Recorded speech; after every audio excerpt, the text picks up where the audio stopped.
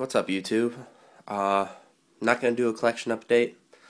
Gonna kind of do a little video on how I do things around my snake room, kind of why I do them, some of the stuff I use. Try to help anybody out that's got questions. First thing I'll start with is the tags. You can buy these at Office Max. They're just key ID tags. I use these so it's a lot easier to know what snake's what. Instead of having the actual bin labeled, you can just take these off and move them, like if you're introducing a male to a female. So I know what male's in with what female. Something I do, I always keep the males on the right and the females on the left, so when I go to move them down, they're separated like that. So I know there's a male in with the female. Something I started doing was just marking these with blue. See, I got a couple of them, and what that's telling me is that the snake isn't shed,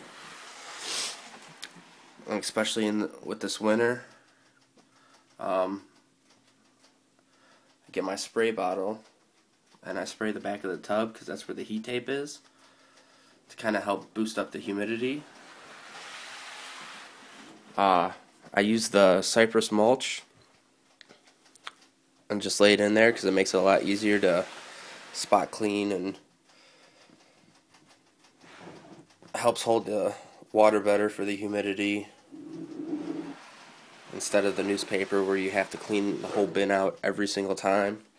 I'll swap out the mulch every 1 to 2 months and then lay down fresh, clean the bins and all that.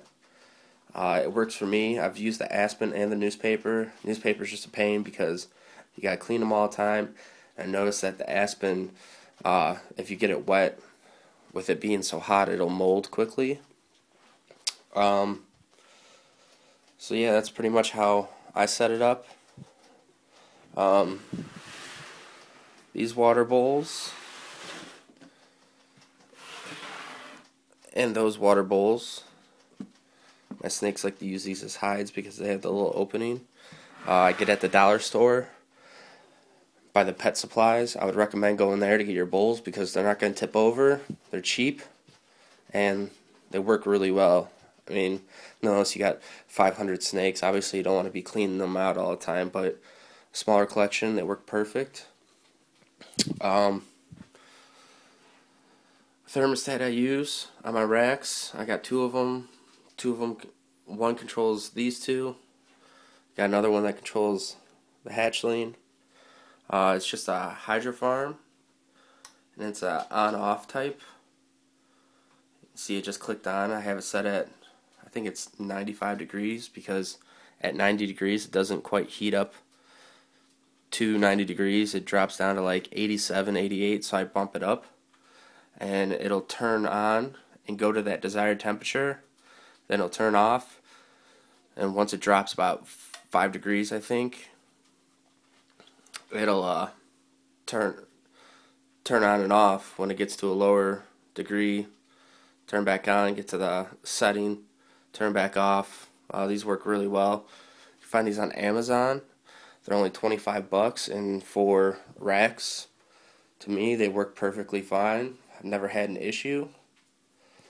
The bins I use, these are 28 quart Sterilite for my smaller rack. And then we got the 41 quart for the bigger females. You can see this is a 1600 gram Mojave female, and this 41 quart is plenty big for her. I built the racks to the tubs. It was pretty easy, a little time consuming, but hey, I probably spent maybe, I don't know, $150 per rack. So, I mean, it works perfectly fine.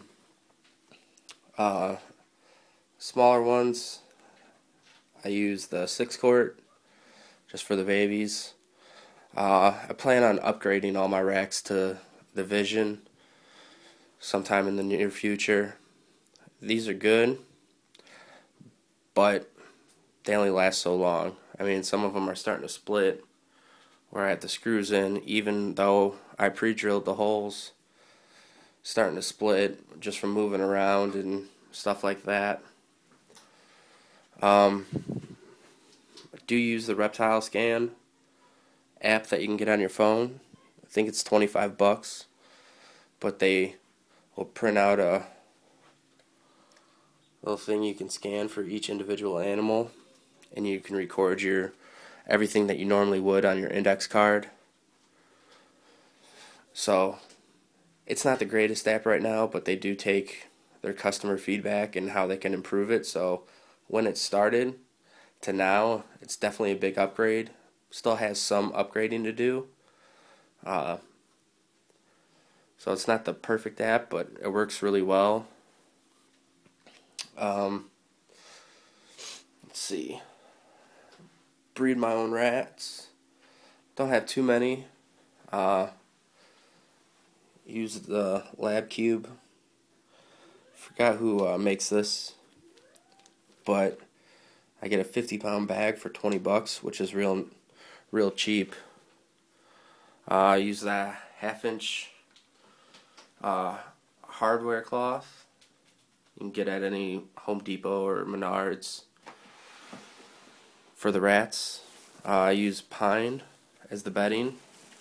Not good to keep your snakes on the pine, but the rats is perfectly fine. Does not harm your snakes. I've been having this small collection for probably about 3-4 years now, and none of my snakes are affected at all.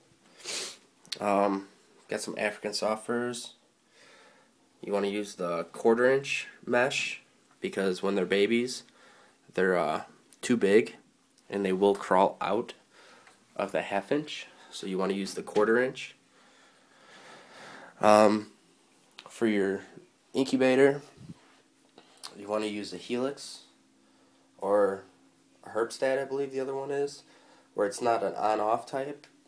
You set it at a temperature and it holds at that temperature, so you get a very consistent temperature inside your incubator. You don't want it fluctuating too much. I just got your basic homemade incubator set up.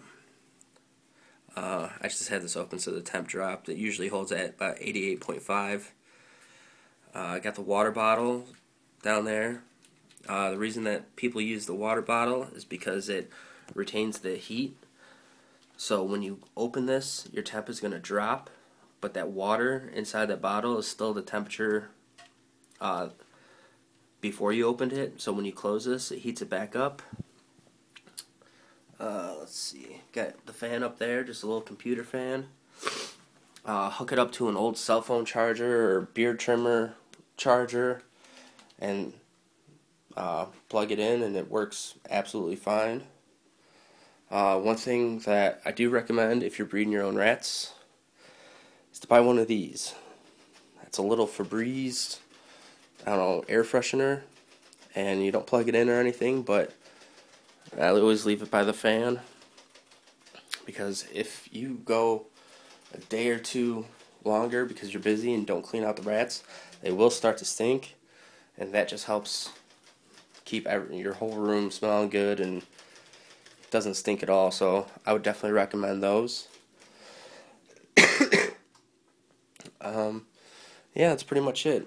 Always recommend using gloves, little rubber gloves when you're spot cleaning and when you're cleaning the rats, so you don't get nasty poop and pee on your hand. Got the scale, and that's pretty much it.